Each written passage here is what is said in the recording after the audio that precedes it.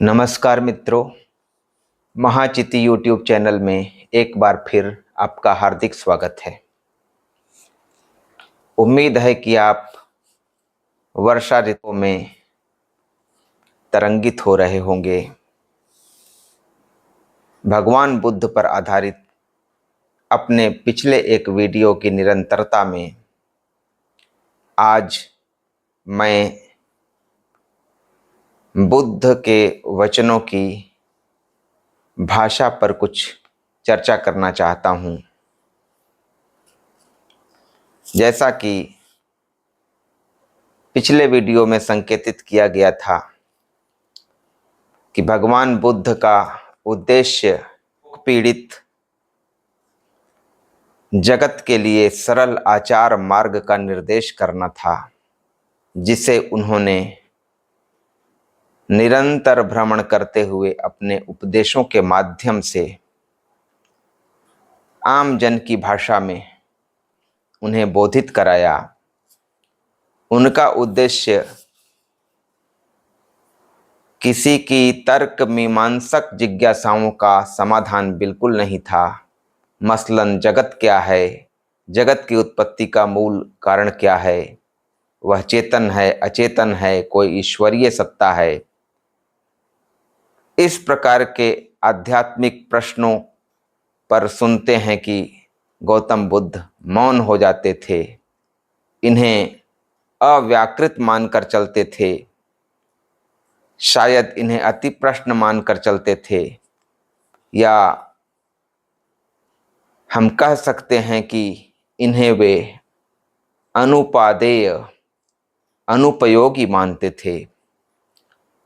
उन्होंने अपने समस्त उपदेशों में मुख्यतः एक ही प्रश्न का समाधान किया और उसे लेकर ऐसे आचार मार्ग का निर्देश किया जिससे पीड़ित मानवता की पीड़ा खत्म हो, लोक में शांति हो। इसके संदर्भ में बुद्ध वचनों के संकलन त्रिपिटक में कई कथाएं आती हैं। मध्यम निकाय की एक कथा के अनुसार मालुक्य पुत्र द्वारा पूछे गए ऐसे ही गूढ़ आध्यात्मिक प्रश्नों के संदर्भ में भगवान बुद्ध ने एक दृष्टांत देकर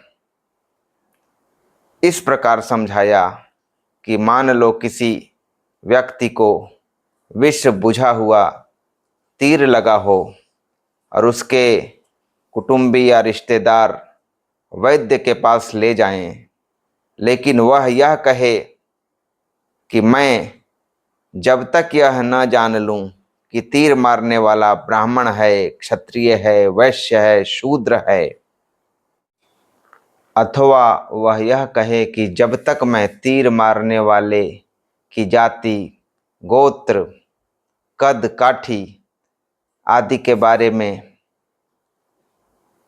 संतुष्ट न हो जाऊं, तब तक मैं तीर नहीं निकलवाऊंगा, तो उस व्यक्ति को इन बातों का पता न चलेगा और वह यूं ही मर जाएगा। इसी प्रकार इन गूढ़ आध्यात्मिक प्रश्नों की गति है। इनसे लोक का कोई भला नहीं हो सकता, सद्धर्म का कोई भला नहीं हो सकता। दुख निवृत्ति के मार्ग के संदर्भ में ऐसे प्रश्नों की कोई उपयोगिता नहीं है। भव रोग पीड़ितों को तत्व ज्ञान या अध्यात्म ज्ञान लेकर क्या करना है? उन्हें तो बस एक ही प्रश्न का उत्तर चाहिए कि दुख क्या है और उसे कैसे दूर किया जा सकता है, उसे दूर करने का मार्ग क्या है। भगवान बुद्ध ने संबोधि प्राप्ति के बाद निरंतर इसी प्रश्न के इर्द गिर्द अपने सारे सदुपदेश दिए और महापरिनिब्बाण सुत्त में उन्होंने इस लोक की लीला का संवरण करते हुए भिक्षुओं को आत्मशरण और आत्मदीप होकर विचरण करने के लिए प्रेरित किया। इस प्रकार बुद्ध का रास्ता आचार शास्त्र को निर्देशित करने वाला था, न कि गूढ़ दार्शनिक निष्पत्तियों का। लेकिन सदियां बीतती गईं और उनके उपदेशों में निहित आचार तत्वों में झांकते हुए रहस्यों के आधार पर बौद्ध दर्शन की विशाल इमारत क्रमशः खड़ी होती गई। आज का वीडियो भगवान बुद्ध के उपदेशों के भाषिक पक्ष के कुछ प्रश्नों के इर्द गिर्द है। सबसे पहला तो सवाल यही है कि गौतम बुद्ध ने किस भाषा में उपदेश दिया था, किस भाषा में वे आम जन को सरल आचार मार्ग को निर्देशित करने के लिए अपने वचन लाभ कराते थे। हम जानते हैं कि बुद्ध उपदेश की भाषा जन भाषा थी, लेकिन वह जन भाषा थी क्या? उसका भाषा वैज्ञानिक पक्ष क्या है? यह लोकप्रिय श्रुति है और कई लोगों की दृष्टि में भाषा वैज्ञानिक तथ्य है कि उस भाषा का नाम पाली है। पाली शब्द को प्रायः ली ह्रस्व इकार से लिखा जाता है, लेकिन कुछ ग्रंथों में कुछ विद्वानों द्वारा इसे ली दीर्घ इकार के रूप में भी लिखा जाता है, जैसे राम कथा उत्पत्ति और विकास में फादर कामिल बुल्के और आचार्य हजारी प्रसाद द्विवेदी हिंदी साहित्य की भूमिका में और बलदेव उपाध्याय जैसा संस्कृत विद भी कई जगहों पर पाली शब्द को ली दीर्घ इकार लिखता है। बुद्ध ने जिस भाषा में जन उपदेश दिए थे वह पाली है, लेकिन भाषा विशेष के लिए पाली शब्द पाली साहित्य का इतिहास के रचयिता भरत सिंह उपाध्याय के अनुसार 19वीं शताब्दी के पहले का नहीं है। पाली शब्द वैसे तो लगभग चौथी पांचवी शताब्दी से ही प्रचलन में है। गौरतलब है कि मूल त्रिपिटक में यह शब्द नहीं है। संभवतः सबसे पहले श्रीलंका में लिखे गए ग्रंथ दीपवंश में इस शब्द का प्रयोग मूल बुद्ध वचन या त्रिपिटक की मूल पंक्तियों या मूल पाठ के लिए है और वहीं से प्रेरित होकर आचार्य बुद्ध घोष ने त्रिपिटक पर लिखी गई व्याख्याओं या टीकाओं, जिन्हें अट्ठ कथा कहते हैं, उनमें और अपने ग्रंथ विशुद्धिमग्ग में पाली शब्द का इस्तेमाल इन्हीं अर्थों में व्यापक तौर पर किया है। बुद्ध घोष के बारे में कहा जाता है कि वे बोध गया के पास के एक गांव में पैदा हुए थे। और जिज्ञासावश घूमते घामते वे श्रीलंका जा पहुँचे और वहाँ जो त्रिपिटक की परंपरा थी और उसकी अट्ठ कथा यानी त्रिपिटक की व्याख्या की जो परंपरा थी उससे वे निकटस्थ परिचय को प्राप्त हुए और सिंहल द्वीप यानी श्रीलंका में विद्यमान बौद्ध साहित्य त्रिपिटक और उसकी अट्ठ कथाओं को लेकर उन्हें हृदयंगम कर आए और अट्ठ कथा का सिंहली अट्ठ कथा का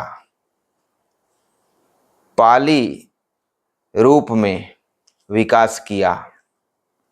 तो उन्हीं की अट्ठ कथा में पाली शब्द मूल बुद्ध वचन या मूल त्रिपिटक के लिए प्रयुक्त हुआ, लेकिन भाषा विशेष के लिए पाली शब्द बुद्ध घोष द्वारा या बुद्ध घोष के परवर्ती आचार्यों द्वारा कहीं इस्तेमाल नहीं हुआ है। 19वीं शताब्दी में बर्मा के बौद्ध भिक्षु प्रज्ञा स्वामी के ग्रंथ शासन वंश में यह पहली बार आया है। वे भाषा विशेष को पाली कह रहे हैं। पाली का अर्थ यदि मूल बुद्ध वचन है तो मूल बुद्ध वचन की भाषा को पाली की भाषा इस पदबंध से कहना उचित होता, लेकिन संक्षेपीकरण के तहत जैसे हम उर्दू की भाषा, उर्दू मतलब शाही शिविर, उर्दू तुर्की भाषा का शब्द है, तो उर्दू का मतलब शाही शिविर, तो शाही शिविर की भाषा न कह के हम सीधे उस भाषा को उर्दू कहते हैं। उसी तरह से पाली यानी मूल बुद्ध वचन की भाषा न कह के सीधे सीधे उसकी भाषा को पाली कहने लगे। ऐसा भरत सिंह उपाध्याय का मत है। पाली मध्यकालीन आर्य भाषा का पहला चरण है। पहले चरण में, जो कि भाषा विज्ञानियों के अनुसार 600 से 500 ईसा पूर्व के आसपास से लेकर 200 ईसा पूर्व तक के कालखंड में स्थित मध्यकालीन आर्य भाषा को पाली काल कहने की परंपरा रही है। और उस कालखंड में पाली के अलावा शिलालेखी प्राकृत या अभिलेखी प्राकृत और अश्वघोष के नाटकों में आई प्राकृत, इस रूप में भाषाओं की स्थिति है। मध्यकालीन आर्य भाषाओं का दूसरा चरण साहित्यिक प्राकृतों का है और तीसरा चरण, जिसे तीसरा प्राकृत काल कहते हैं, वह अपभ्रंश काल है। तो ऐसा विश्वास है कि भगवान बुद्ध ने अपने उपदेश पाली भाषा में दिए थे। सबसे बड़ा सवाल यह है कि यह भाषा मूलतः थी कहाँ की।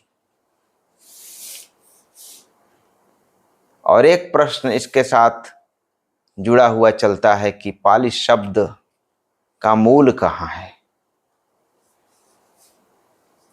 अगर त्रिपिटक में नहीं है तो दीपवंश में यह शब्द अचानक कैसे प्रकट हुआ। इस पर महान बौद्ध विद्वान भिक्षु जगदीश काश्यप के मत को यदि हम सही माने तो त्रिपिटक में बुद्ध वचन के लिए पर्याय शब्द का प्रयोग मिलता है, जैसे धम्म पर्याय, उसी से पर्याय का अशोक के शिलालेख में पलियाय और पालियाय होते होते पाली बन गया। जब तक कोई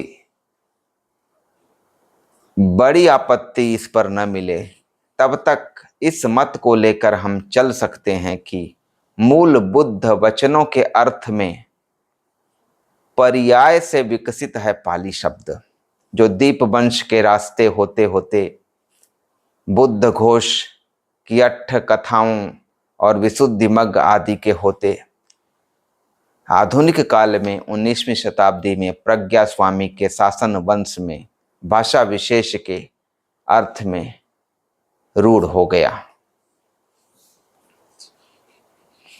पाली शब्द के मूल स्रोत को लेकर वैसे तो बहुत सारे मतभेद हैं। कोई इसे प्राकृत शब्द से व्युत्पन्न मानता है, तो कोई पंक्ति शब्द से, और कोई तो कल्पना की मनोहर उड़ान उड़ते हुए पाटलिपुत्र के ग्रीक अपभ्रंश नाम पाली ब्रोत से भी इसे जोड़ते हैं। लेकिन आचार्य भिक्षु जगदीश कश्यप का मत इस कारण भी ग्राह्य प्रतीत होता है कि उन्होंने एक तो बुद्ध वचन का जो एक पर्याय त्रिपिटक से ही निकाला पर्याय, तो उससे अच्छी अर्थ संगति बैठ जाती है, और जो ध्वनि परिवर्तन उन्होंने बताया वह भी जचता है। हम जानते हैं कि अशोक के शिलालेखों में कई लोग कहते हैं कि पाली भाषा का प्रयोग है और कई लोग कहते हैं कि यही शिलालेखी प्राकृत है और पाली से इसका अंतर है।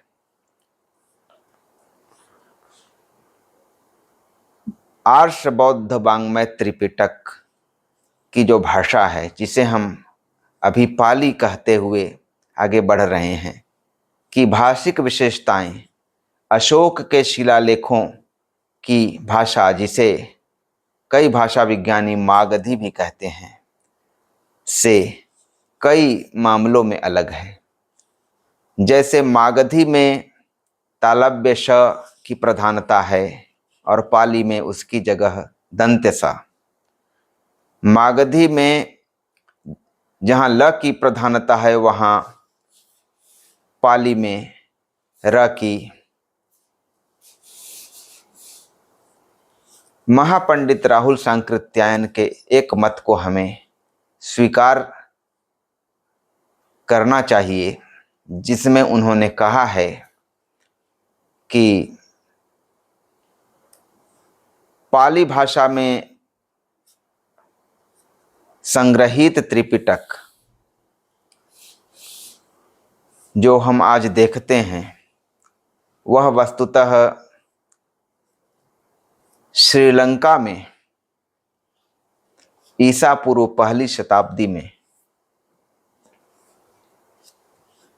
राजा वट्टगामणि अभय के शासन काल में लिपिबद्ध हुआ था और सदियों तक उस त्रिपिटक को लोग मौखिक परंपरा में, मौखिक अनुश्रुति में संरक्षित करते चले आ रहे थे।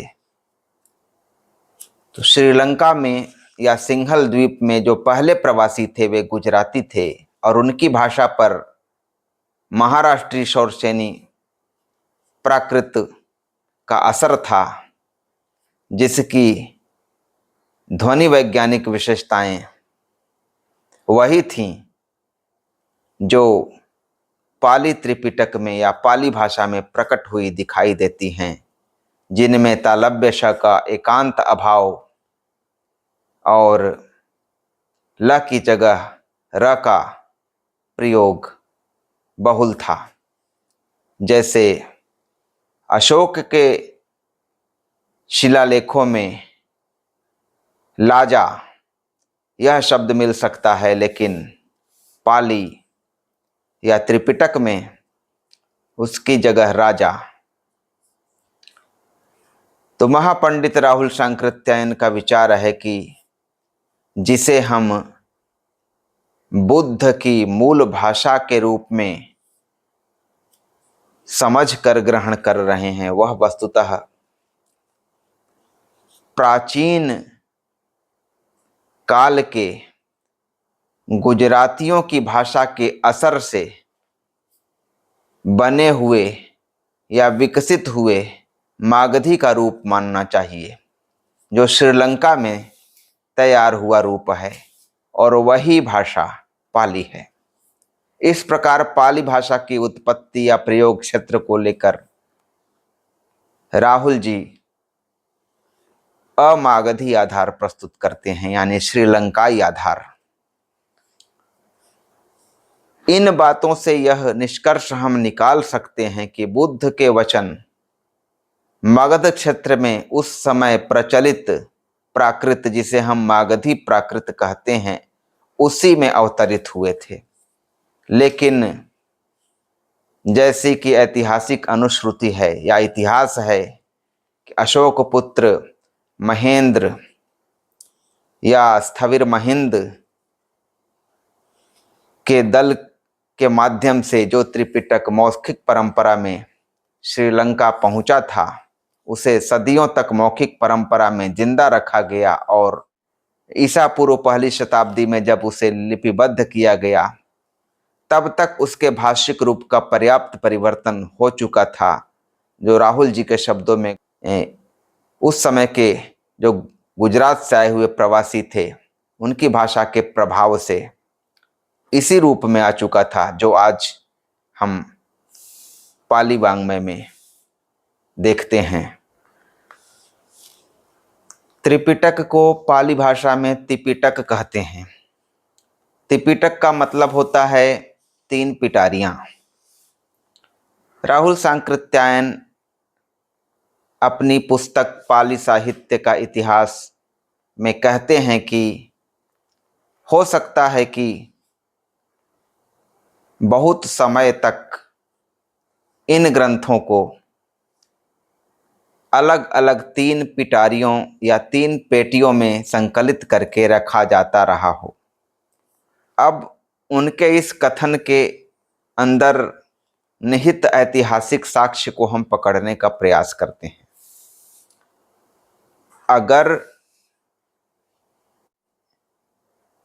ईसा पूर्व पहली शताब्दी में श्रीलंका में पहली बार त्रिपिटक लिपिबद्ध हुआ, तो इसके पहले मौखिक परंपरा में मौजूद त्रिपिटक को 3 पिटारियों में रखने का तो कोई औचित्य है नहीं। राहुल जी का संकेत लिपिबद्ध होने के बाद कभी पेटियों में इन ग्रंथों को रखा जाता हो, इस ओर दिखाई देता है।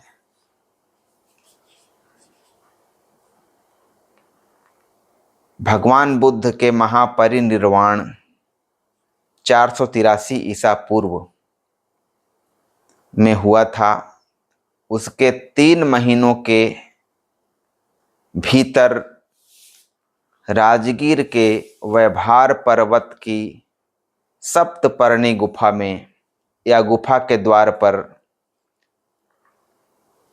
भिक्षु महाकश्यप के नेतृत्व में प्रथम बौद्ध संगीति आयोजित हुई थी, इस उद्देश्य से कि कहीं बुद्ध वचन विस्मृत न हो जाएं, तो उनका एक बार संगायन कर लिया जाए, उन्हें मौखिक परंपरा में ही एक बार इकट्ठा कर लिया जाए। तो प्रथम बौद्ध संगीति में 3 पिटक जो हैं, सुत्त पिटक, विनय पिटक और अभिधम्म पिटक, इनमें से प्रथम 2 का संगायन किया गया, मौखिक परंपरा में उन्हें संकलित किया गया। और भिक्षु महाकश्यप के बारे में कहा जाता है कि उनका जन्म स्थान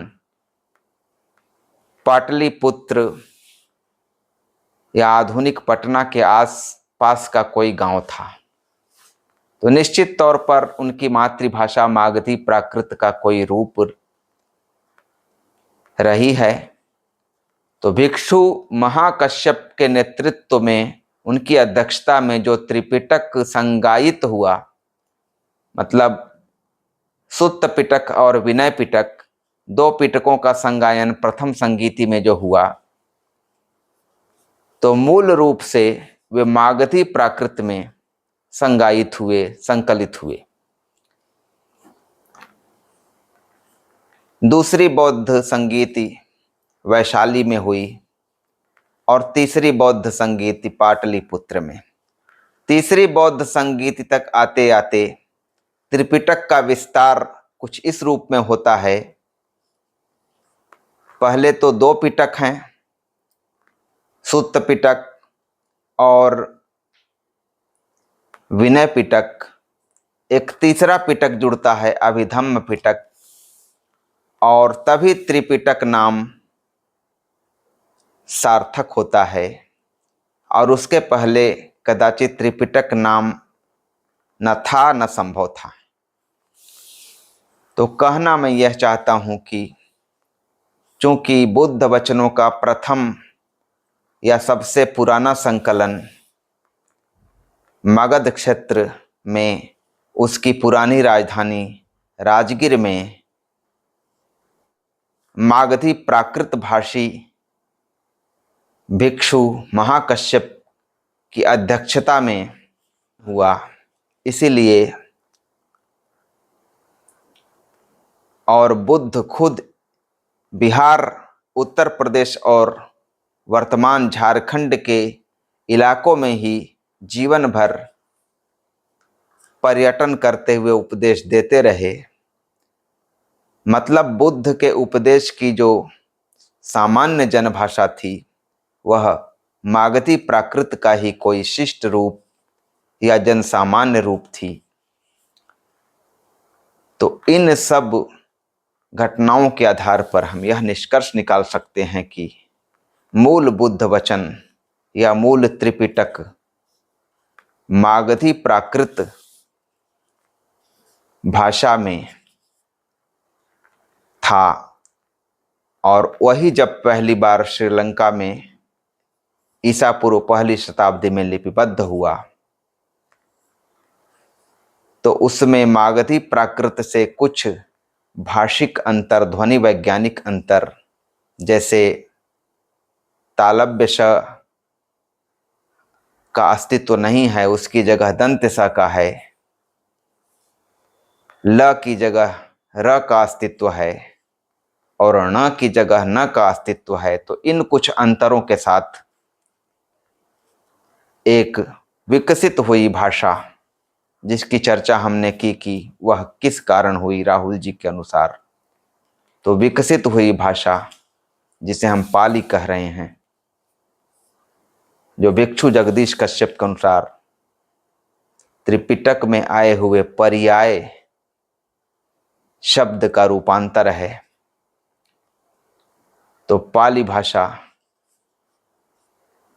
के रूप में मूल बुद्ध वचन ढल गए। यहां मैं यह भी उल्लिखित करना चाहता हूं कि बुद्ध के महापरिनिर्वाण के 100 वर्षों के अंदर बौद्ध धर्म के दो संप्रदाय हो गए थे। एक स्थविरवादी या थेरवादी, जो प्राचीन परंपरा के समर्थक थे, और दूसरे महासांघिक। आगे चलकर अशोक के समय तक 18 संप्रदाय हो चुके थे, और हर संप्रदाय का बुद्ध वचन का संग्रह यानी त्रिपिटक अलग अलग प्रकार का था, किंचित भाषिक विलक्षणताओं के साथ, लेकिन मूलतः स्थविरवादी यानी थेरवादी, महासांघिक और सर्वास्तिवादी इन प्रमुख संप्रदायों के त्रिपिटक ज़्यादातर हमें प्राप्त होते हैं। सभी के त्रिपिटक नहीं मिलते, क्योंकि सभी के संप्रदाय भी नहीं मिलते। स्थविरवादियों का त्रिपिटक पाली भाषा में है, सर्वास्तिवादियों का त्रिपिटक संस्कृत भाषा में है, महासांघिकों का त्रिपिटक प्राकृत भाषा में है। बुद्ध ने खुद सद्धर्म के प्रचार के लिए जिसकी जो भाषा है उसी भाषा में बुद्ध वचनों को ग्रहण करने की अनुमति प्रदान कर दी थी। तो बुद्ध की मूल भाषा के संदर्भ में आज हमने इस वीडियो में विचार किया और उसे मूल रूप में मागधी प्राकृत का एक रूप ठहराया और उसका किस प्रकार श्रीलंकाई विकास हुआ, इसे हमने इस वीडियो में समझने का प्रयास किया। उम्मीद है कि जल्द ही किसी नए विषय पर या इसी विषय के अगले विस्तार के रूप में एक नया वीडियो लेकर मैं आपके समक्ष उपस्थित होऊंगा।